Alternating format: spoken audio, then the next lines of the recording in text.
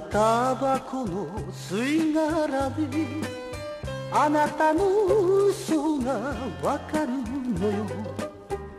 誰かいい人できたのね、できたのね。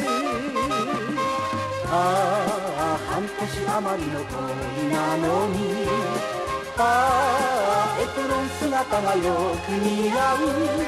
爪も染めずにいてくれと女が後から泣けるよな。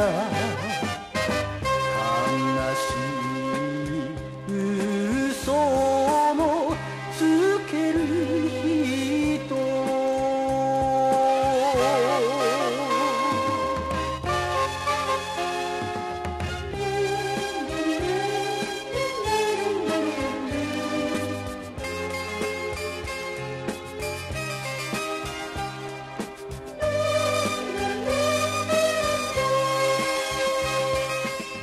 あなたの起こした悪い癖、夜中に電話かける癖、鍵をかけずに眠る癖、眠る癖。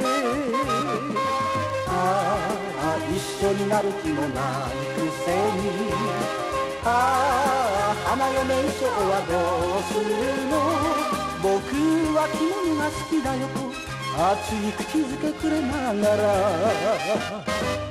冷たい嘘のつける人。